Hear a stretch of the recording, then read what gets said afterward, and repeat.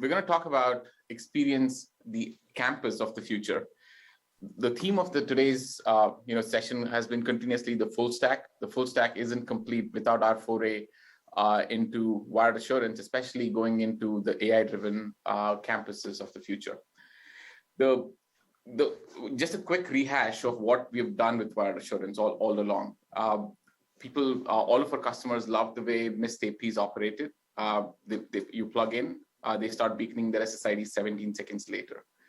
We did the exact same thing going into the world of the wired switches as well. We started the adoption via the claim codes. We started adoption of switches using ZTP through zero-touch provisioning and getting to deploy them at scale as well. We do very well with all pieces of anything that needs to do with deployment at scale, be it multiple sites across with a small branch solution, or even a large campus at deployments with the wireless world. We brought the same thing to the wired world too. So deployment using templatization, automation with a lot more in terms of how can we identify devices that come onto your network and automatically give them port profiles. Obviously, our mainstay for all things day two has always been our ability to alert, monitor, and troubleshoot easily. So bringing in an automation to all these three pieces was a key pillar for wired assurance as a portfolio. So we spoke about zero-touch provisioning. We use the concept of claim codes. You can claim your switches, or you can activate thousands of switches all at once and adopt them. We speak about templatization. We speak about how you can scale, how you can configure devices at scale, and also use automation in that fact as well. So a quick refresher on what we do with dynamic port profiles in this particular example. There are various kinds of devices that come onto your network, especially access switches. And all of them usually are in bulk. You provide your access points, you provide your cameras, you provide any of your HVAC sensors or other IoT devices.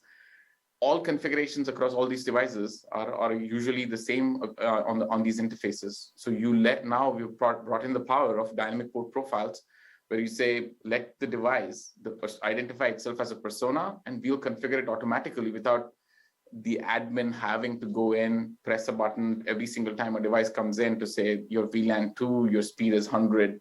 None of that anymore. We can automatically detect what device it is, and we can place them on the port profiles. Last piece of it is the wired experience on the network. How are you able to, now the devices that connect on the network, how are we able to measure stuff? Reed went through a powerful example of Marvis and going through the explanation of the wireless was great, the wired was great, and then the WAN was actually the problem. How do we come to these conclusions on, the wireless experience was okay or the wired experience was okay? Is because of the amount of telemetry we are able to collect and provide these inputs to Marvis. Again, all three pieces, wired, wireless, and WAN, all going back to the same AI engine, and for that, data is key. And we provide all these kind of data into informing these intelligent expectations. So I'll dwell down quickly for a couple of more minutes on what are the advantages of wired assurance as a whole. I'll give in a few examples of experiences as a whole. One of our customers moved from one of their radius servers to a brand new different radius server. And they are a customer who has over 1,500 sites. And they just moved as a cutover from one radius server to the other. Now, the SLE framework at an org level was able to pinpoint exactly the two sites on which those new radius servers weren't the switches on the radius servers weren't added as NAS clients to exactly say your 1,498 sites are good. These two sites are where it needs attention, and that's the power of bringing in data and also condensing them to a point where you can consume them easily. AI-driven operations, we talk about bad cables, we talk about MTU mismatches, bring them across, thousands of ports. For example, Juniper Networks org has about 60,000 ports. When we enabled wired assurance we were able to bring about exactly 45 ports across, 17 different sites, 50,000 ports to say these are your 45 bad cables in there. And those are kind of the actions that we can provide as an administrator so that you can focus on more things that could be productive. Like all things, Miss, every single configuration, every single stat that we get, it's all available via automation. We have 100% APIs, and also you can also work with webhook and WebSockets for you to gather more information in a realistic way if you are consuming that way. The best part of it, again, full stack portfolio. There's one AI engine consuming data from wireless, wired, and WAN, so your troubleshooting experiences are superior. Let's focus on what we want to talk about today, especially the campus fabric architectures. We cannot claim that we are a full stack solution without us having the ability to actually talk about campuses and what is our foray. The most important the advent of EVP and VXLAN into the campus is recent, but also the technology by itself for the campus administrators are new. It brings in a level of complexity wherein you will have to configure devices and also troubleshoot them, and that's a new dimension campus administrators are having to deal with. Now, everybody wants to move towards EVP and VXLAN because obviously it brings in huge amount of benefits for you. Now, how do we foray into these different architectures? Juniper as a whole, we've come out with these 3 architectures, and I'll just quickly brief through as to what's important, why we've gone through this approach of defining specific architectures. Obviously, campuses are not one size fits all. We can easily make and add additions in here, but these 3 are guiding patterns for you to say which would fit the bill for a particular campus. The first, on your left, we're talking about the EVPN multi-homing, as we call it. The green blob up there defines where the fabric extends across. So in that case, it's just the collapse core. These are fit for the smaller medium architectures. Your distribution device will participate as a part of, your access devices will still be access. It could be Juniper, it could be outside. You can continue to use your existing infrastructure at the access and then still migrate into Fabric by multi-homing your devices and creating what we call as ESI lags, or Ethernet segment identifier lag interfaces. And those are best suited for smaller architectures, or even if you're making your foray into the world of Fabric with minimal changes only at your collapse core at that point in time. The second one is our campus Fabric core distribution. As the name defines, you can actually do the exact same thing if you have a larger architecture. You can still have your access switching outside the Fabric. They can remain as is without any changes to them. Because that's where most amount of config changes go into. If you prefer to leave it that way, you definitely can, and still extend your fabric between core and your distribution. And that brings in the additional ease to which you can deploy this without actually having to touch the most populated part of your environment, which is the access switching. The rightmost and the most important one, I guess, which is new for us, which is new for the industry as well as we go along, is the ability for us to stretch fabrics all the way down to the access.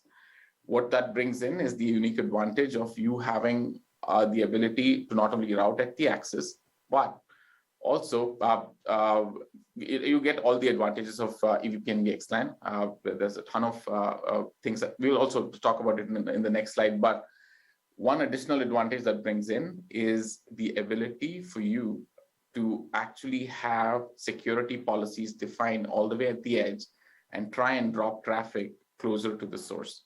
So unique ability for you to make decisions of security policy implementation at a centralized place like a Mist Cloud, and actually have security policy enforced all the way at the edge.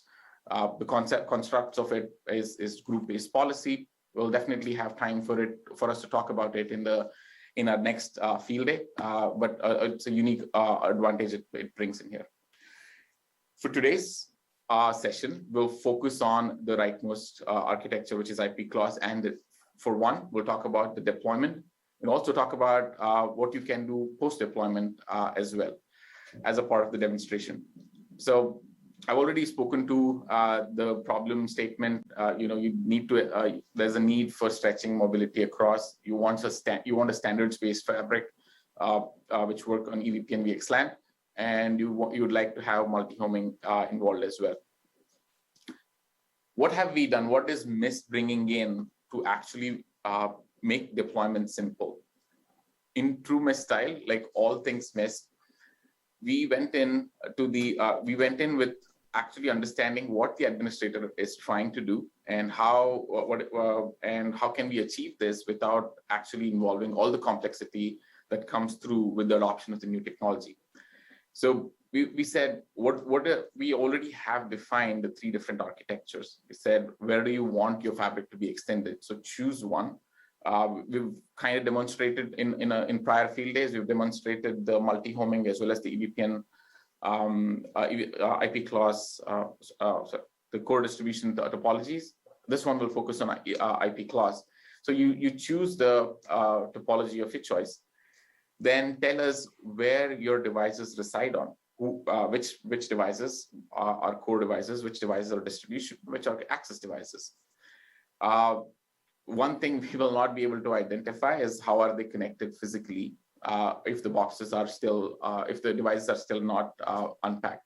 We'll talk about how uniquely its advantages that you can actually do all of this even without, you can deploy the entire network even without you having to unbox any of your devices, as long as you have the activation code with you.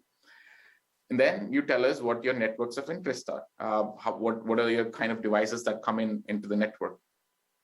The most critical piece of it here is, well, we were talking to one of our customers, a healthcare customer. They were talking about the explosion of the number of devices that are coming into their network and the need for segmentation, how they have to break them into VRFs. And that's an advantage. You will see how you can just define the VLANs. And also, if you want to separate them into routing tables of their own, they'll give you the option to do so. But that's pretty much it. You define the networks of your interest, and then and tell us what your physical connections are, and then we'll apply the intent for you. And that would be time for us to go into a quick demo. My name is Rohan, and thank you, Abhi, for passing over the demo here. So here we see Abhi spoke about how easy it is to build the IP Clos, and you all may be wondering, is it really that easy? Well, it is. Let me walk you through what we see as we walk into the EVPN configuration here. So here you see there's 3 different topology types for you to choose. Already spoken about all 3 of them. But today our focus is Campus Fabric IP Clos with L3 at the edge. So we select one of these topologies and just give it a name. And what do we do next? We select our AS numbers. We select our overlay AS. We select our underlay AS. Here you see. Eventually, we can do 2-byte. We can also do 4-byte ASN. No restrictions on that. Select your loopback prefix and then select your subnet. What's the subnet really? Well, the subnet is basically we take care of the fabric connectivity. You don't have to worry about any of those things. You have a 3-layer topology, core distribution access. You don't have to worry about the subnetting any of those. And we take care of all of those things. So moving on. This is where you select your EVPN nodes, the devices participating in the fabric, really, right? So select your core devices here, distribution access. You have all the information at your tips, right? Readily available. If you eventually want to add more devices, you build the topology, you want to come back and add more devices, you want to expand, scale, click on more switches, you'll have more switches show up here in your inventory, and you'll be able to add more switches to that. Moving on. On this page, you'll basically be configuring your networks and how are you going to segment your networks. Abhi already spoke about, network segmentation. So basically on this screen, you'll be selecting your networks. You can create a new network here, give it a name, give it a VLAN ID. You can also, you don't have to have a routed network in your fabric. We also allow you to do bridged overlay where you can have your gateway on a WAN device or a firewall, right? And you don't have to create a network here. You can also add an existing network. Let's say you did, add a network outside of the fabric. You want to import it here. You can do that. One important feature here that I'd like to show you here is you don't even have to worry about selecting your IP addressing for your IRB/SVI. We take care of all of that stuff, right? You can, but if you don't like the IPs for whatever reason, you wanna change it, you can go in and you can statically change those IPs if you want. And then Abhi already spoke about VRF segmentation. You can enable your VRFs here, segment the VLANs per VRF. Moving on to the next page. Here, this is the page where you'll be basically selecting your ports. So you selected 5 devices in the network. You have 2 cores, 1 distribution, 2 access. All you have to do is just click on these devices and click on these ports and basically go in and configure your ports. You just want to say, hey, this is my GE port, or it's a multi-gig port, and it's very intuitive. It's going to ask you for the number of ports that you want, and you can select it accordingly, right? And you can always come back and you can edit your ports and you can change it the way you want it to be, right? So it's as simple as that. That's it, right? Moving on, we continue. This is the final view of the topology. I can click here. I can see this is how my topology looks like. This is how I want it. Do I want to go and push the configuration? Yes, I do. No, I don't want to. I can go back and make changes. But in this case, we're good. Everything looks good to me. We'll go and we'll click apply changes, and boom, that's it. That's how easy it is to configure your fabric, right? So at this point, we did this exact same demo when we did our previous field day. We said, you can configure your multi-homing in 2 steps. All the administrator input was you created your VLANs. You told us how the network was connected. We actually solved this problem for you. But we got a response on Twitter from one of the from Twitter saying, that's great. You actually created the fabric in 4 steps. Now I'll spend 40 hours troubleshooting it. We took the point. We said visibility is key. What should we do next? I know Field Day loves live demos. I'm gonna go ahead and click the next one. What should we do next? How do we bring to table to make sure troubleshooting is simple? Now, do I dump all of your show BGP somebody and give you a plethora of information on click?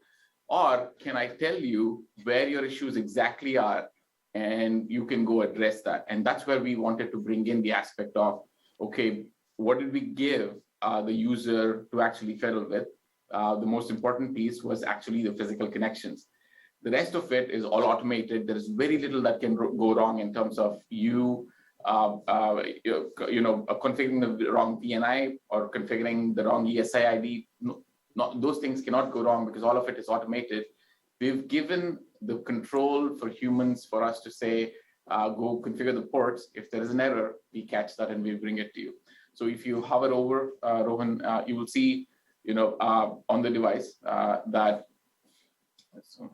if you'll see that BGP, neighbor state, let's zoom on, state is down.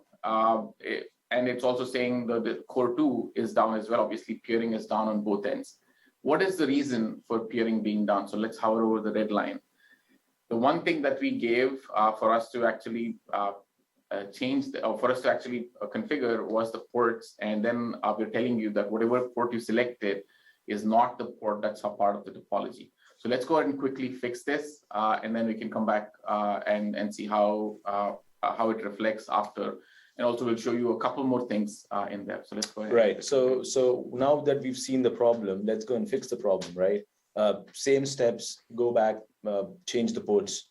So what was the problem? The problem was that this is a multi-gig switch. I selected a GE port. I should have selected an MGE port.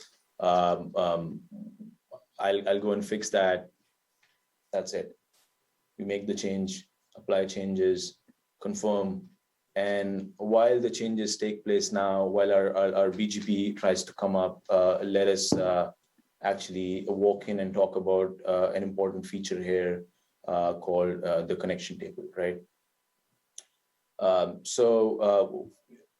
Yeah, this is how our topology actually looks like. We didn't go over it, but let's talk about the connection table. So what's the connection table really? So one thing that Abhi mentioned initially was you don't even have to wait for these devices to be shipped to you. You can have the claim codes ready. Once you order these devices, you have the claim codes. You can just go in and order, put these claim codes in the system, and a device will be populated for you, and you can build the topology. So you don't have to really wait for the physical devices to be stacked. So you can build the topology, download the connection table, hand it over to your installers, and say, "Hey, this is how the topology needs to be connected. This is my MAC address," and you can hide the columns you don't want. You can just say my distribution needs to be connected to my core devices like this and access the way it is. And you have the models here. You have the models for the other switches as well here. It's as simple as that. Just an important feature as to how you can try to fix things that could go wrong. So we've taken care of that as well. I mean, the end goal is, you put in the hard work to build it. You don't have to again redraw everything while you hand it over to the low voltage guys. Put this Excel in front of them, and hopefully this could be useful for them as well in building without errors in there. Let's go back into the other piece as well. The other thing that we also did, if you go into the access switches. Yeah, I'll talk about the important other important features here that we have now. So you go to any device and you click on any device, you'll see switch insights, and you'll see the remote shell. So basically we have the remote shell for you. Anything, if you want to log into the device for anything. As much as we would like for you to not to, I know all of us are CLI junkies all the way inside. Yeah. If you'd like to see it, it's there. You can remote shell from wherever you are in the world. Yeah, you can just log in and you can run any commands you want, and you can see if your things are working the way you would want or not, right? That is our remote shell, new and improved. Look at Switch Insights. So what's Switch Insights really? So Switch Insights is basically this is a general wide assurance feature, not specific to EVPN as such, and literally it will tell you what's going on with the network. Hey, my radius server is unreachable. My CPU is this, my memory is this, it is literally doing the job of a network monitoring tool at this point, right? Let's jump to access 2 here, right? Or actually, I'm going to jump to core 2 here. And look, what do we see here? My BGP is back up. I can see in my switch events. So you have everything at your tips. You don't even have to go back into log into the device to check that. We'll show that to you, right? And similarly, that can go on with any other switch as well. Of course, that is up here as well. So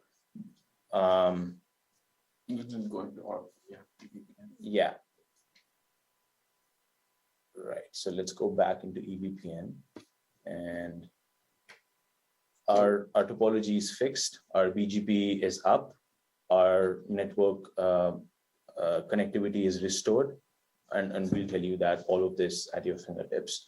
You can also look the RX and TX bytes. What exactly is it? It's telling you the amount of traffic that's flowing over that link. And yeah, I think, Abhi, do you want to add anything to that? I mean, yeah, at the end of the day, the goal was for the demo was one, I know TechField Day likes live demos. We wanted to make sure we do a live demo. The second piece of it is it's not only easy to configure fabrics now, it's also easy to troubleshoot and pinpoint the areas of where the trouble is and make sure you get them addressed. And wired assurance is progressing at rapid pace. And this is our foray into the campus. And that's it. Thank you. Thank you.